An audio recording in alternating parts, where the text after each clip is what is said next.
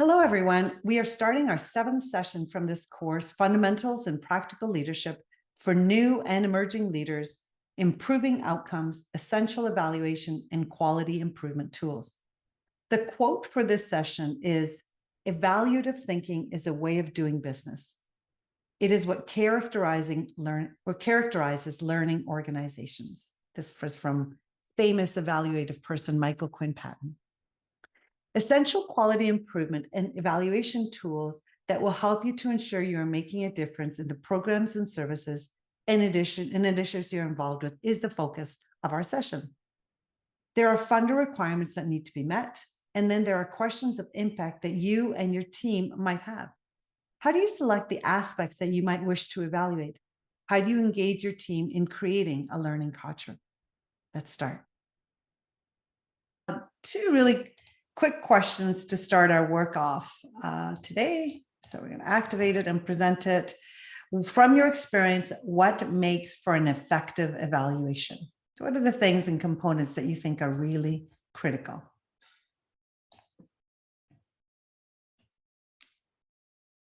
Positive feedback. Okay. Thank you. Rating scales. Discussion from both sides, the use of data, all parties good, yep, included in the evaluation, that it's timely. Oh my gosh, that's huge. A good sample, learning opportunities, customer feedback. Yes, a balanced approach, follow-up, making sure that it's meaningful, that you think about how you're presenting, like such a thing as body language. Nothing should be a surprise. Isn't that interesting? A warm and welcoming approach, particularly from the people who are participating. Thank you. An opportunity for constructive feedback. Yes. Yes, they are about learning opportunities, having objective criteria, specific measurements versus just goals. Yes. Looking at statistics, positive feedback, growth feedback, and staff productivity rate. That's interesting. Thank you. Yeah, so there's a lot of different components that you're naming here, having SMART goals, accessible to all in terms of many different formats of how you're going to do it, having a good framework to collect the data for evaluation, that it's balanced, a balanced approach. So lots of good things. Thank you so much. That's a lot of what we're going to be talking about today, includes many of the things that you've named here. Second quick question for you this morning. From your experience, where does evaluation often fall short? Your thoughts. Leading questions. That's follow through. Not being open to negative responses. Yeah, not enough planning from the outset around evaluating. Today, Gerda Zonruder, who is senior researcher with us, who's got extraordinary and lots and lots of lived experience working in the field of evaluation for many years, will talk about many of these pieces that you're talking about. And a really good one there, individuals being afraid to be honest. Yeah. Being not open to negative responses. Yeah, evaluation is not specific enough. Following through with suggestions after evaluation. You're right, a good evaluation will produce recommendations, and what do we do with those? Making sure it's done in a timely way. Having a standard format, formality of report out, written, not just verbal, so you have something to look back at. Yes. Consistently doing it. Yeah. There's a lot, there's a lot of things that a good evaluation, as we'll talk about today, should include. And sometimes a big challenge that we have in our organizations is time to do these pieces that you've talked about here. So hopefully we'll give you some tools today to help you with how you put a comprehensive evaluation in place. So thank you for that. So we're going to return to our screen. You should be able to see my slides. Look for the Zoom button if you don't, and if you can't, just put it in the chat and Kathleen will guide you to get back to here. So what is evaluation? And again, you'll have these slides that might help you. So it's a systematic process of collecting information for a specific purpose and use. It's often action-oriented, or it comes out of that. A tool to help organizations make decisions and to take appropriate action. And then evaluations can be simple reflections on how a program went to a comprehensive research project. So there's so much that's covered under that idea of evaluation. But here's a simple video that we think you might find helpful to kind of synthesize in a very simple way what evaluation should be talking about. So let me just share that with you. And we'll start it here. Go there. So when people ask me what I do for a living, I usually say that I try to help organizations answer 3 questions. What, so what, and now what? So the what question really goes to, what is an organization doing? What are they putting out into the world? The so what question goes to, so what does it all mean? So we're doing all of this work. Is it actually making the world a better place? Is anything actually happening? Are we creating a better world because of it?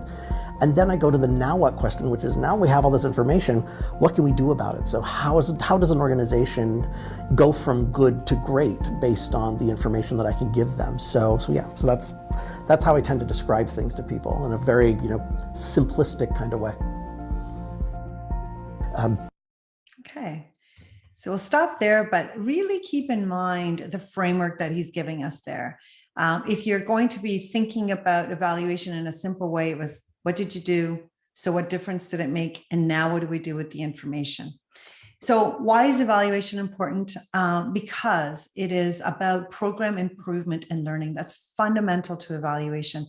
And that's in some ways how it differs from research, is that it allows us to really look at things on an ongoing basis. We don't have to have all of those comprehensive things that research might need in order for us to improve and learn. So it should be ongoing and should be informing us, and it allows us to shift things to continue to meet the needs of the mandate and the objective and description of the program. Obviously, it's about accountability to funders. It is about prioritizing resources. So we've worked with organizations that have really expanded programs over the years, or they've done things for 15 years or 10 years, and they just do it because it's the thing that they've always done. But now they're really looking at things and asking themselves, should we continue to do that program? Is there a better way of using the resources? Are we actually reaching the audience that we said we were going to reach? So sometimes it's about prioritizing resources and how you're going to use them. Help determine the case for a program is a really good way to do an evaluation. So we often do a demonstration project or a pilot to say, we're going to try this out and see if it actually makes a difference, and therefore we can make a case for moving the program forward. Provide credible information to share with your board, committees, participants, and clients. And I would add to that even donors. So a lot of people want to donate to causes where they know that this is going to make a difference in the lives of people. So the more information that you have to be able to say, here's what we did and here's the difference that it made, the better off you are. Learn what needs to be done to make your program stronger. And that is that piece that you were talking about, is ensuring that we're able to take critical information and being able to implement that. And hopefully the outcomes will be stronger because measuring results actually does help us produce the results that we want. So with that, I'm going to turn it over to Gerda, my colleague, and she will continue to talk a little bit about evaluation. So to you, Gerda. Thanks, Maria. And hello, everyone. It's really great to be here. The type of information that is needed really determines the kind of evaluation or the approach to the evaluation that you're going to use. This slide shows 5 different evaluation types and approaches, and it also explains what it is that evaluation would be doing. So for example, research, you're looking for answers to questions to get new knowledge. Process evaluation in the blue puck there, it explores how a program or initiative is making progress. It also looks at what's happening in the program. Your impact evaluation, you often see that also labeled as an outcome evaluation.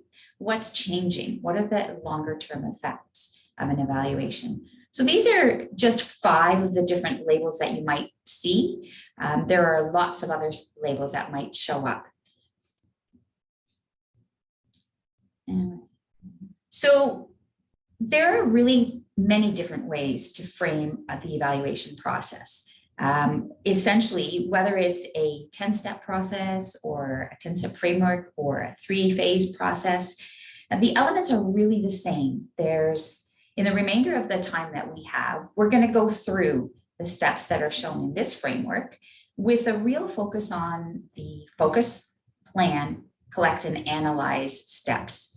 And each of these, what we're going to do is walk through some examples, and we're also going to provide you with some tools, as well as some links to some additional tools for even more in-depth use. So some keys to remember when you're doing an evaluation is that it's iterative. You can't just put together an evaluation plan at the beginning and then not change it. It's going to change along the way. It's not cookie cutter. It's an art. So although we're going to give you some tools and it seems like, okay, here's how you do it, really this is just the starting point. It's a good foundation. It doesn't have to be expensive, complicated, or time consuming. You're going to make the evaluation fit the project.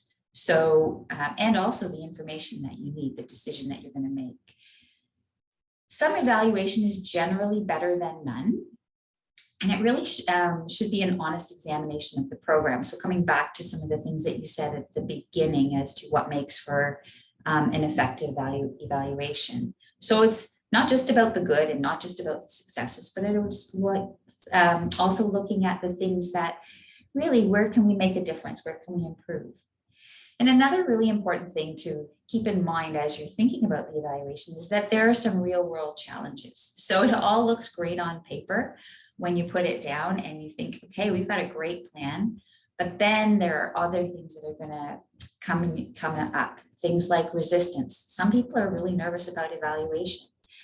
There's misuse. There are cultural considerations, and actually as well, there's using a trauma-informed and inclusive lens with evaluation. There's also the context in which the evaluation is being done. So you may have a great evaluation and a great evaluation plan, but if the context isn't quite right for it, maybe hold off a bit, or maybe shift what it is you're thinking of doing. So back to you, Maria. Thanks, Gerda. So let's look at what it is that we're going to be doing. As Gerda mentioned, because we were trying to really get it down to a tool that you could use, what we're going to do is we're going to provide one. So if you go to your chat, I'm going to put a link there, and this is also going to be where you see the slides and get information about your assignments and all of that. But for now, you can go into this link, and if you'd like to, you can download it. And our hope is that as we go through the example, you'll be able to have a Word document there if you want to write notes, or if you want to give examples of, have examples of what it is that you might do as you're thinking about an evaluation. You might be able to take notes there as well. So hopefully you can grab that link there if it's helpful to you, and we'll go from there. So as you'll see in the handout, a really important thing to do is just to do some basic information right at the top. That template will provide you, what program is being evaluated, what is being evaluated, because there's a lot of different things. As Gerda mentioned, there's different ways in terms of evaluation. So you want to get a sense of what it is that you're evaluating, what needs to be taken into account. And Gerda mentioned some things, for example, what does it mean to have an EDI approach, a trauma-informed approach, safety for the people, literacy levels. There's some things that sometimes we really need to take into account. Other things such as, do we need to provide child minding as we go forward? Will we need to give a token of appreciation for the people that participate? Does that taint it in any way? So all of those things are things that you need to be taken into account. And who's the audience and what are they looking for? The audience of the evaluation, and what is it that is most important for them as you go through the evaluation. And following that, you'll see in the document that there's a piece around stakeholder analysis. And we really want you to think about who are the different stakeholders that need to be included in the evaluation. And so as we go through this, we're going to be using a specific example, and then I'll talk about the stakeholders. In fact, I'll just talk about the stakeholders for a moment. I'll come back to the example. So the stakeholders are often people who have a vested interest in the evaluation results. So for example, this could include beneficiaries, participants, or those who are affected by the program, those involved in the operations of the program, so staff, and those who will use the evaluation results. And again, that might be someone in your fund development team. It might be a funder. It might be the board. It might be someone who wants to do some communication about the value of the program within your organization. So you really want to think about all of the different audiences. And so again, to go through this example, we are going to, or the use of the template, we're going to go through an example. And the example that we're going to use is the Right Clinic. And we sought permission to do this. And this is an evaluation that Gerda is leading. So to give you some context, the Right Clinic is a not-for-profit community-based dental clinic that opened in January of 2021. Its mission is to provide accessible dental care to Londoners facing barriers, including those with housing insecurity and low income. Its vision is a community where everyone has the right to optimal oral health and well-being. The clinic has received funding from many different sources, including funding bodies and donors. The clinic is run by staff and supported with volunteer dentists. So it's really an exciting project that's happening now. And because Gerda has been able to be right at the beginning involved in evaluation, we thought that this would be a good example to provide you as we go forward today. So I'll run through here. And so if you think about that example then of the Right Clinic, one group of stakeholders who are the evaluation stakeholders would be clients. So the question is, how might they be involved and what will they do? So we would want them to provide input in terms of their experience. Obviously, we want to know, what's the service like for you? Was it accessible? Was it what you were expecting? Was it timely for you? What was the intake process like? Was it what you were hoping for? All of those questions. And then what might they be interested in learning from the evaluation? So if they're providing feedback, they might then ask, well, what changed because of the feedback I provided? And so we know, and we'll talk about this in later on, that people who are involved in evaluation also need to hear back of what happened with the evaluation and the results of it. And then what do we need to do to get them involved and keep them engaged during the evaluation? And so we want to be sure that they're informed about the evaluation.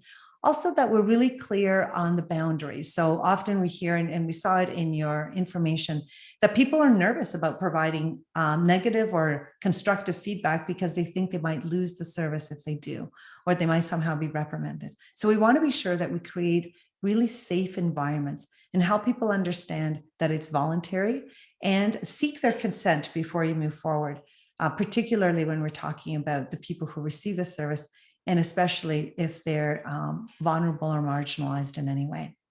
What I'd like to do is ask you in the chat, if you could just give me examples from that dental clinic, examples of other stakeholders who might be a part of the evaluation. You can just put it in the chat so we won't go back and forth.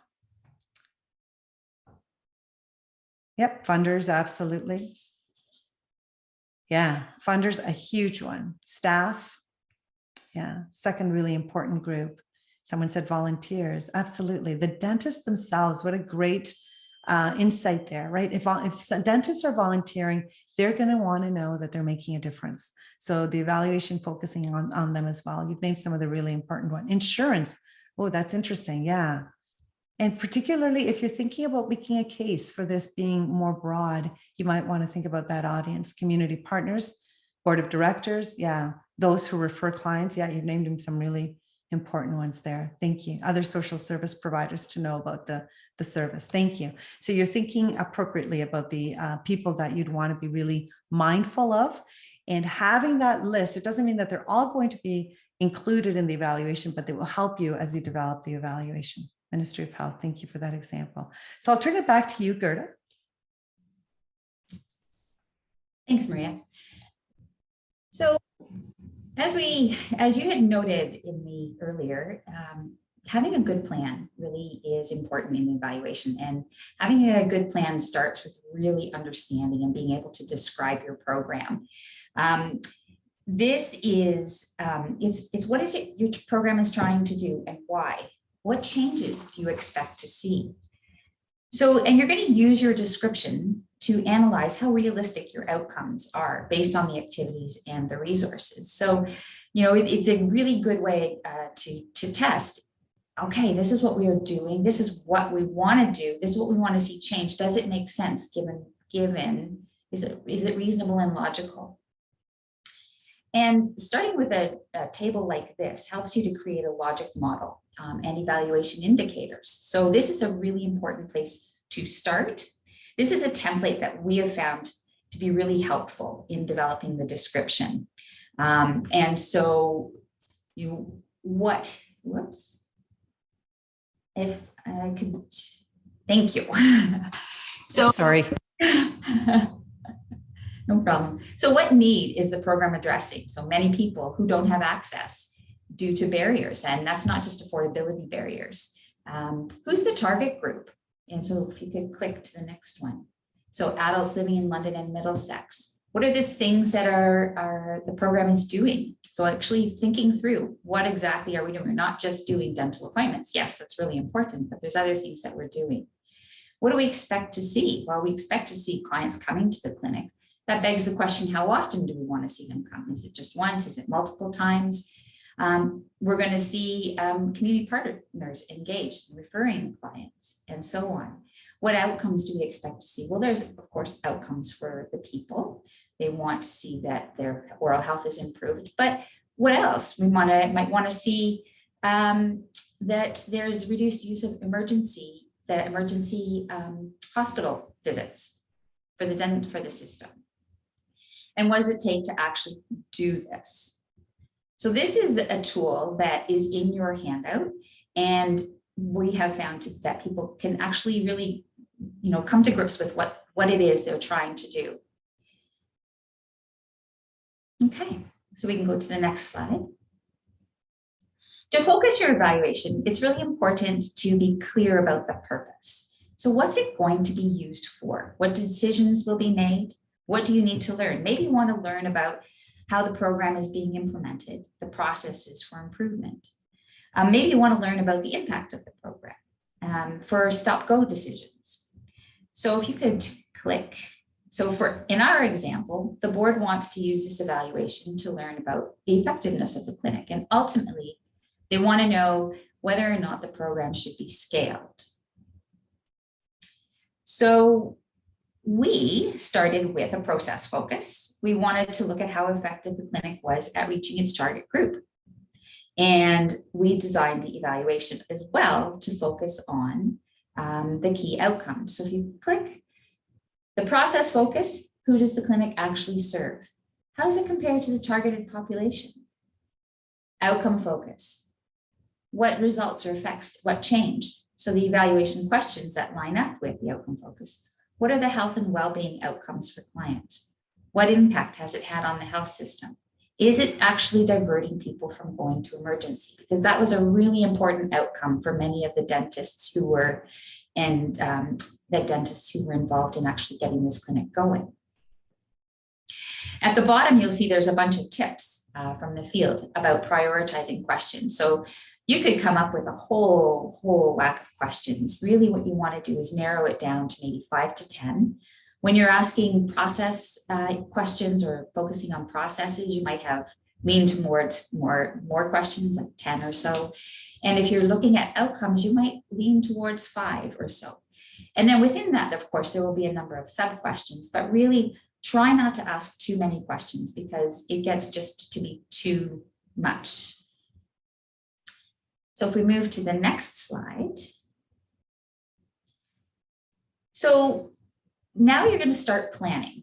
Now that we've decided what it is we're going to ask, what we want to know, and we've got a good understanding of our program and everybody's on the same page as to what it is they're hoping to do and hoping to change, we're going to say, well, how are we going to actually answer those questions? Before we get into some of the details, I want to just take a quick review of output, outcomes, and indicators. So this slide provides you with some definitions, trying to make the distinction between the output, a clear statement of the immediate result of an activity or project, an outcome is a clear statement of the targeted change, and the indicator is the measurement of it. So this little cartoon here, looking at the comic, saying boo is an output, striking fear in someone's heart is an outcome, But the number of times you said boo and the number of people who said that hearing boo struck fear in their hearts are the indicators. Measures or indicators can be qualitative, like narratives, and quantitative, numbers. And I think one of the things that we often hear is that it's really hard when you have qualitative to actually do an evaluation. What's tangible and what's not tangible. And often when we have things that we think are not tangible, if we actually think down, what is it makes us say somebody is empowered? We can start to actually figure out what are some of the things that tell us that someone is empowered. So there are ways to take that qualitative stuff and really get more and more closer to what the indicators would be that tell you empowerment is happening. So we go to the next slide. So this is a template. This is a template that we have found to be helpful in not just identifying the indicators, but also determining how to get them. So what we do is you start with your evaluation question. What's the question that you really want to focus on? And then you're going to identify what are the things that we're going to use to measure those. So if you can click on that. Oh, wait, yeah, click on the first one. So using the chat again, what I'd like you to do or invite you to do is to identify some of the indicators that would answer this question. What would you collect? Where would you get the information? So use the chat and just throw some things in there.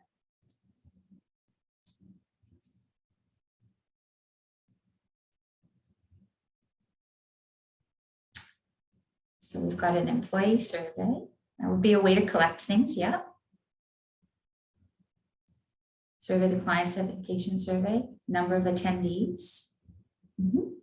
How many people receive dental care? Yeah.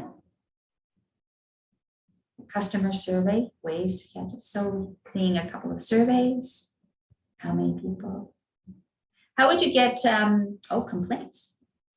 That's good, yeah. Okay, so here's what we did. Anonymous surveys, interesting, yeah, whether you do it anonymous or confidential. Suggestion box. So here's what we're doing, Maria. So we're looking at the indicator is the number of clients who access the clinic at least once. And we also want to know who are they? What's the client profile? So the data that we're collecting are the names and some demographics. And where we're getting it from is from registration forms, which then get fed into clinic records and reports. And as a little side note, this sounds really simple, but one of the things we realized is that the forms that you use in dental clinics for capturing information, they get scanned and uploaded. And so it's not actually really easy to extract some of those client demographic information that we thought was going to be really easy to grab. So when you're putting together your evaluation and you're looking at your data sources, you're needing to think about, if we have this data, how are we going to get it? How easy is it to get it? And what do we need to think about in order to make it easy to get? So if you're collecting manually, are you going to have somebody input that information? How are you going to work with it? So in the bottom here, you'll see there are some tips again about indicators and some questions that help you determine the measurable indicators. Again, looking at what would be a success is also a good one. All right. So we can go to the next one. Yes, it's another table, another template table. Evaluation's full of it. So this table takes you one step further. So now we're into the collecting data phase. And we are, it takes you one step further in your evaluation design. It's how will you collect the data, from whom, when, what steps do you need to take to make it happen, and what will you do with the data when you get it? So if one of our indicators is percent of clients with improved health. So here we're measuring, are we successful, or is the clinic effective at improving client health? and our indicators is percent of clients with improved health. What we did, so what I'm going to actually, before we click on that, from our example, using the chat, how would you collect that data?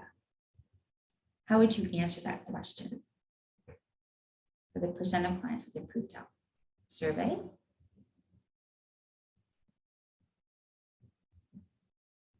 Charts, yeah. Number of return visits, yeah. Pre-post, that's great. Yeah, looking at that pre-post is good.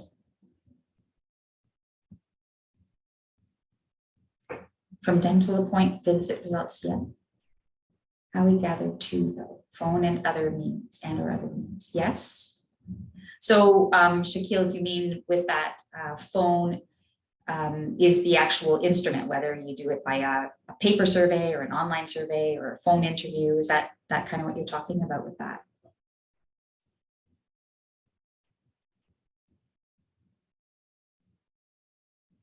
Yeah, okay, thanks. Appreciate that. So here's what we have done or are doing. We are doing a client survey, including pre-post questions. We're doing it online and hard copy. And the clinic opened in January, and there's a funder report due in the following January. So we thought November would be a good time to do it, to give, because December is busy, and January you want some time to have a bit of, in case we don't get enough responses in November. Clinic staff are helping with the distribution by text, email, and in office. So, and thinking about that was really helpful. They've been really great at making that happen. With the implementation steps, so what we needed to do was we actually needed to design the survey. So we did a literature review, especially because we're looking at improved health. We weren't just looking at dental health, because the theory of the program is that if you improve dental health, oral health, it's not just about your mouth. It's also about how you are, how you feel about yourself, how your quality of life. So there, we did a literature review to look at sort of a broader definition of health beyond oral health. And then you pilot test the survey. One of the things when you're adding pre-post questions is often if you're doing and like after the fact pre-post, which is, there's good research to support that, is that you're doubling your questions. So, doing a pilot test to say many questions do we have in here? How long does it take to actually answer it? Are there any questions that don't make sense? And then we administer and monitor for responses. So how are we doing? When do we send out reminders? How often do we send out reminders? And what kind of responses are we getting? Are we finding that people are opening the survey and then they're just dropping off and not actually completing the survey? So these are sort of the things that you do as you're going along.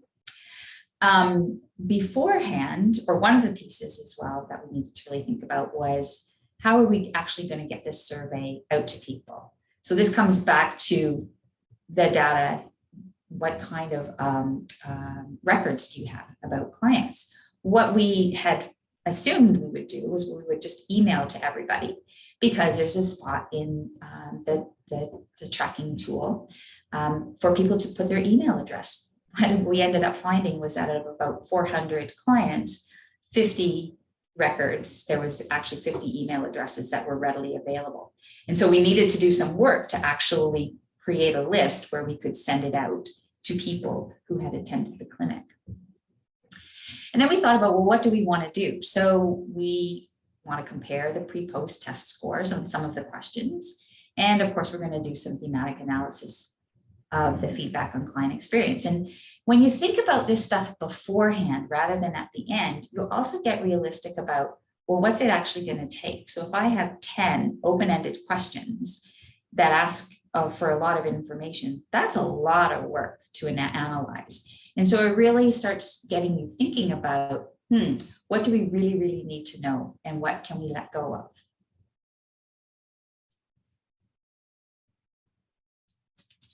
So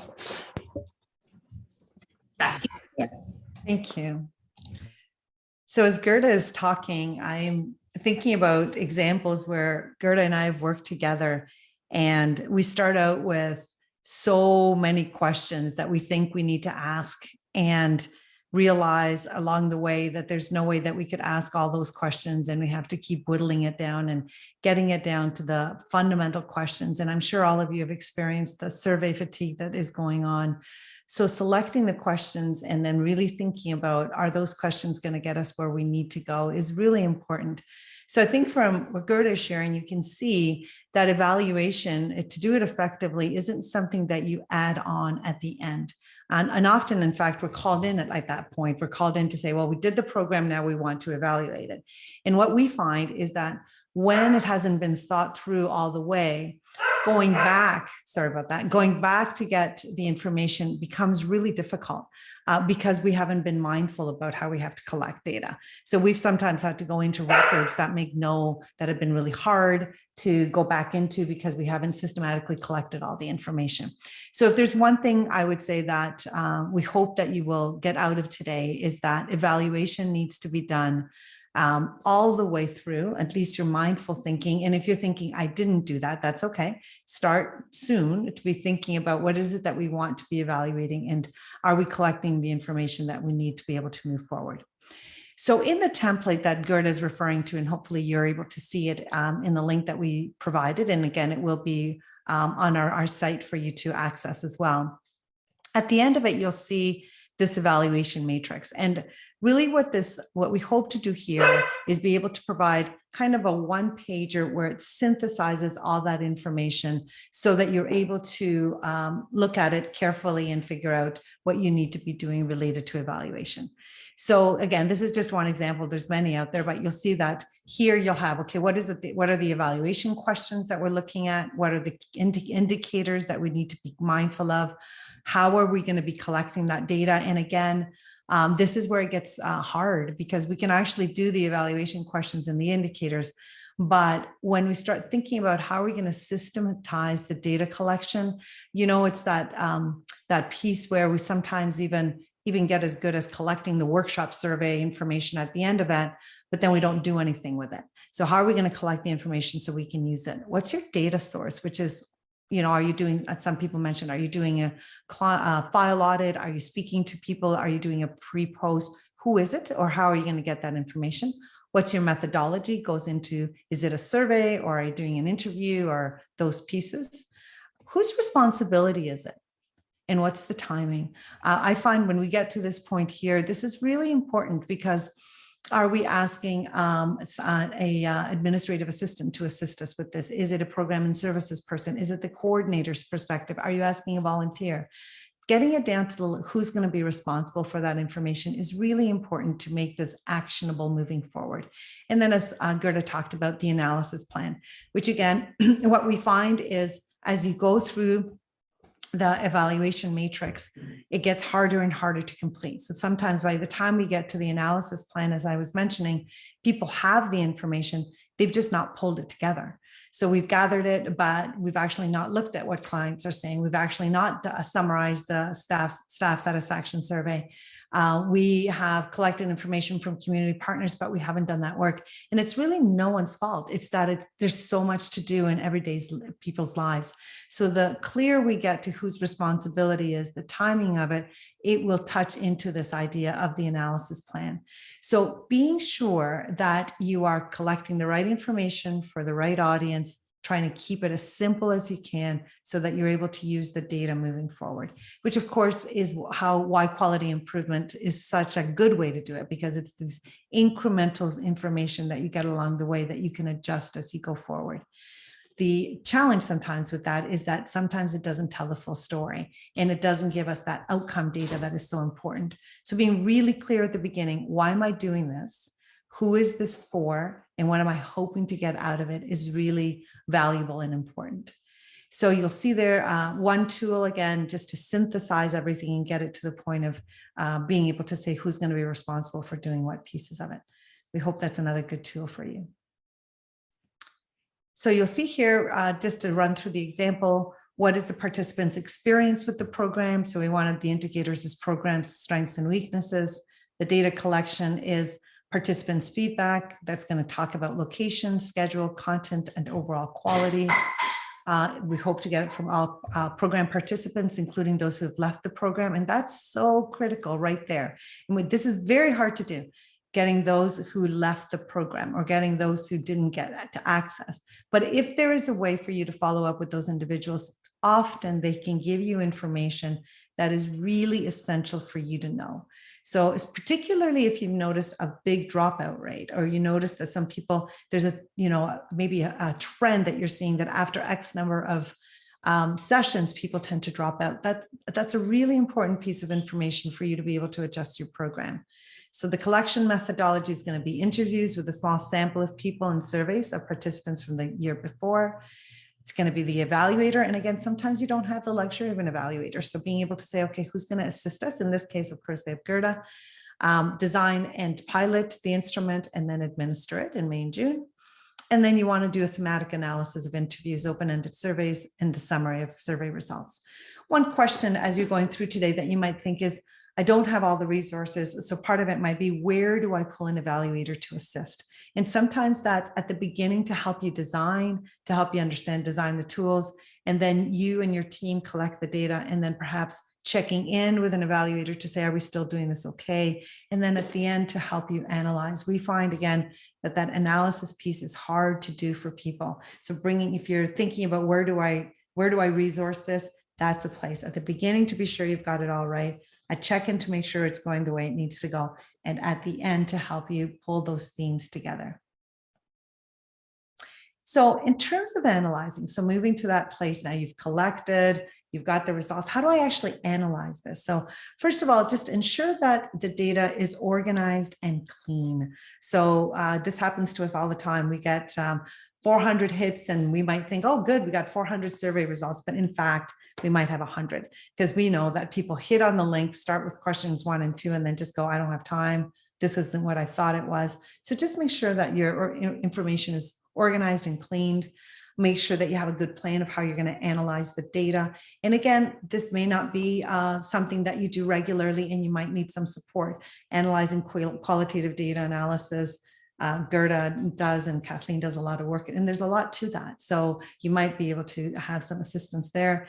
Interpret and draw conclusions, and this is so big. And I will say that what we have found in our work is that we do it in a team setting. So often after we've analyzed the data, we call a hive in our team. We call our team together and say, what are you seeing in the data? What are you seeing?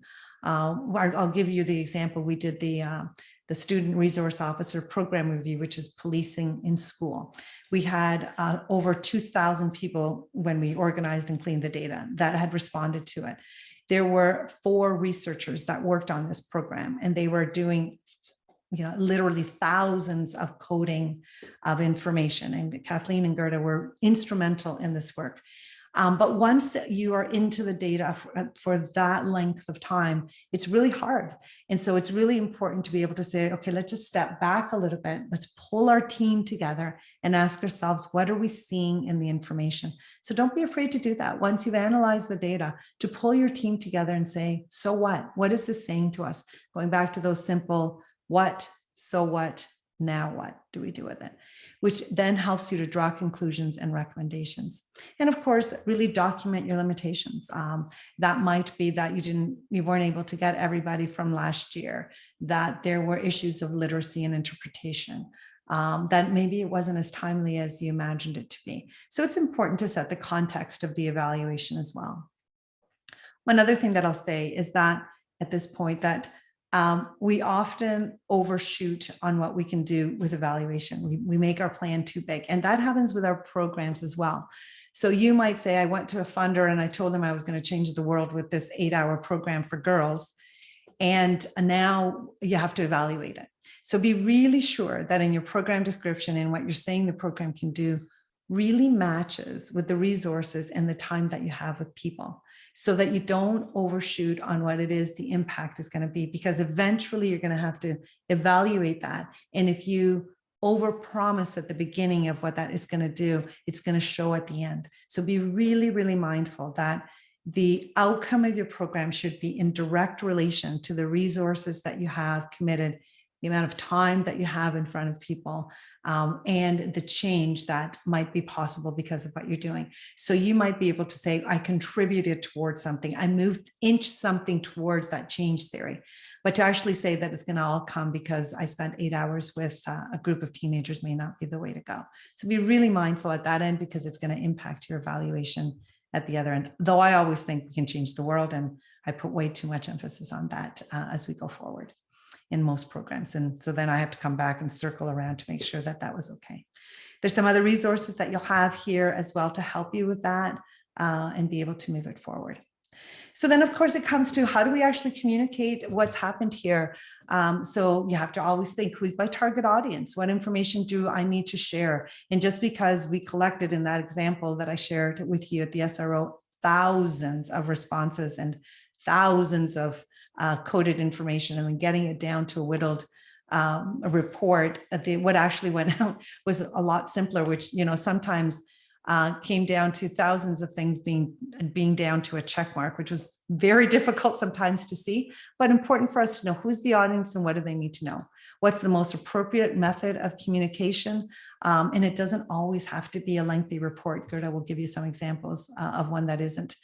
And deliver and present findings and recommendations. So this is really important, that after you do the evaluation, you're able to think about who you were doing it for and how it is that you're going to get to speak to them to be able to tell your story. And this goes back to some of the work that we did in other webinars, where we talked a little bit about making sure that you are an advocate for your team and that you're communicating the successes of your team. And evaluation is a really solid way to do that.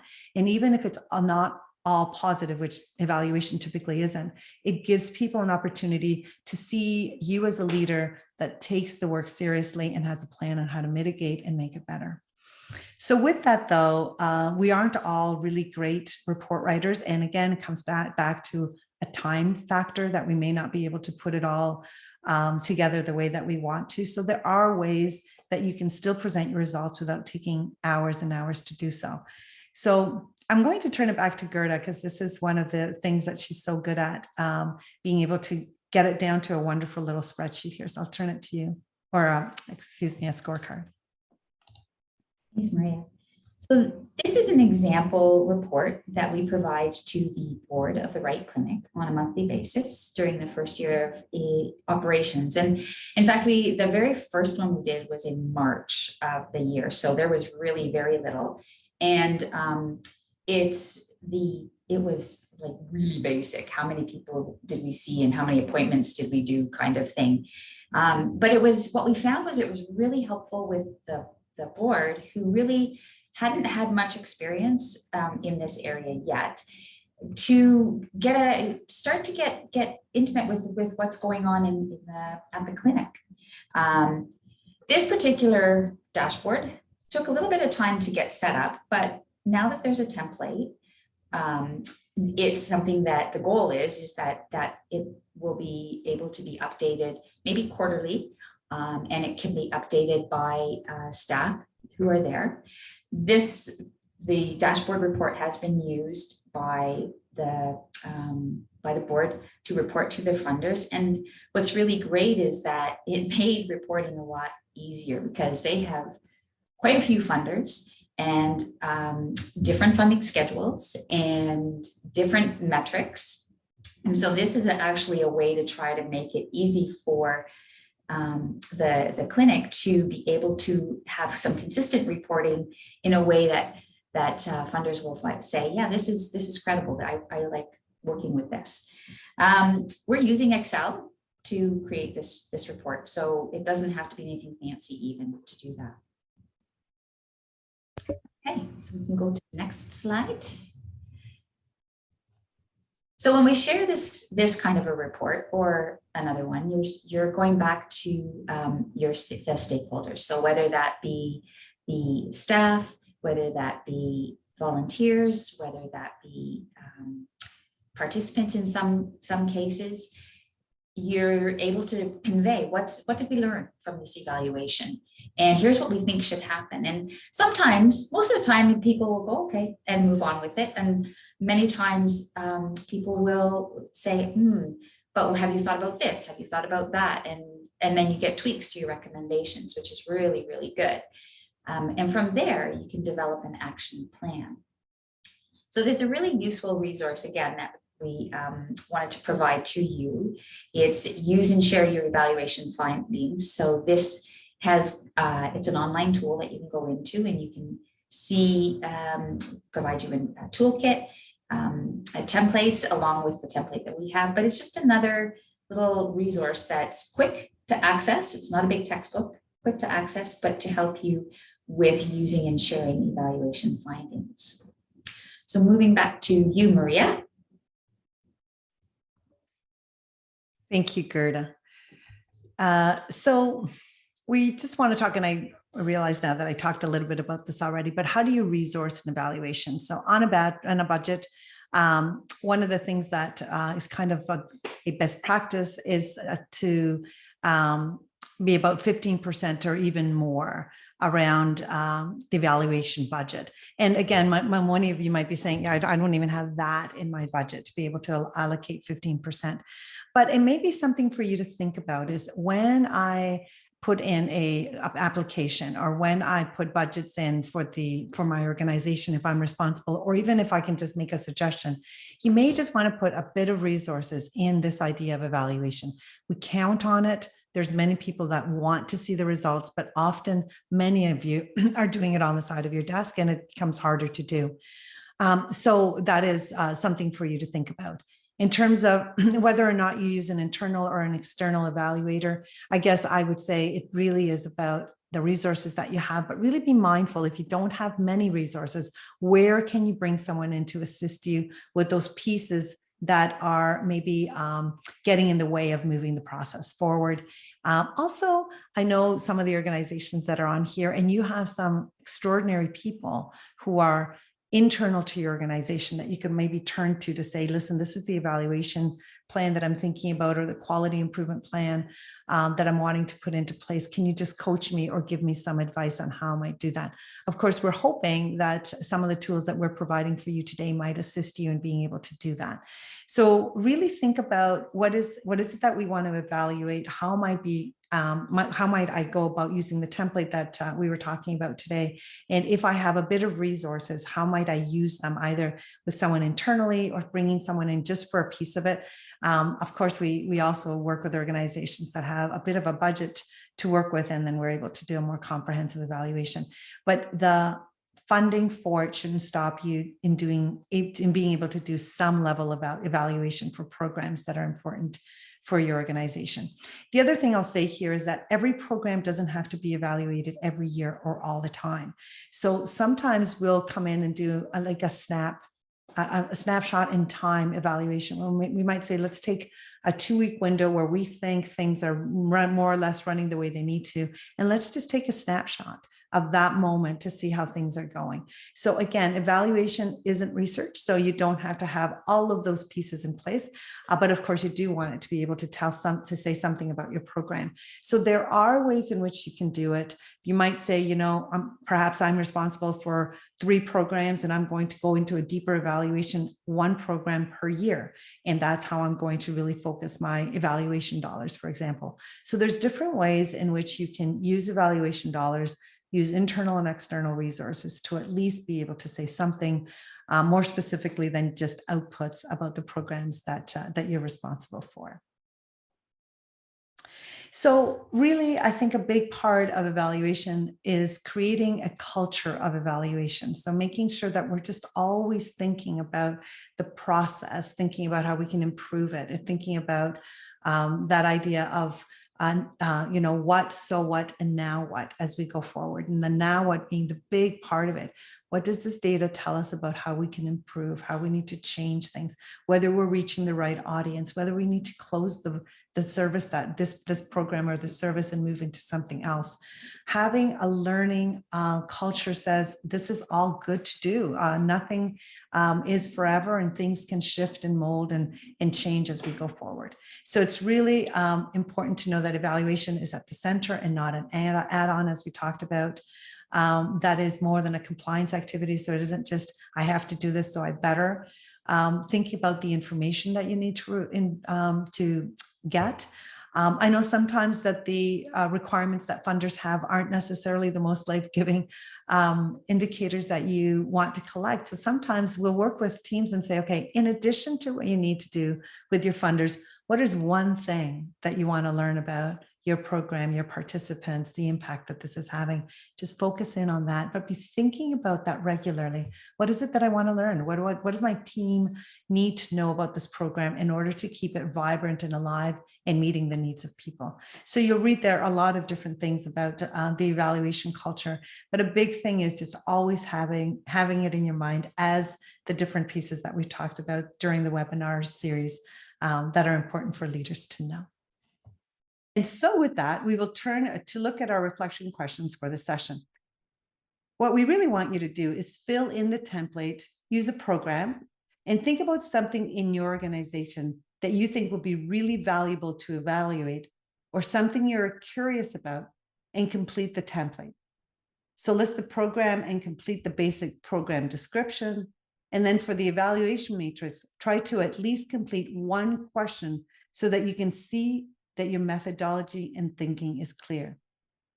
We hope that you will be able to use this template and move forward with it as you begin to think about evaluation. We know it's a lot to think about, but it's a good methodical way to think through things.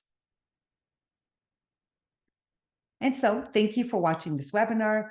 We appreciate your time and hope it offered helpful insights. Join us next time as we explore financial accountability. But if you have any questions, please reach out to us.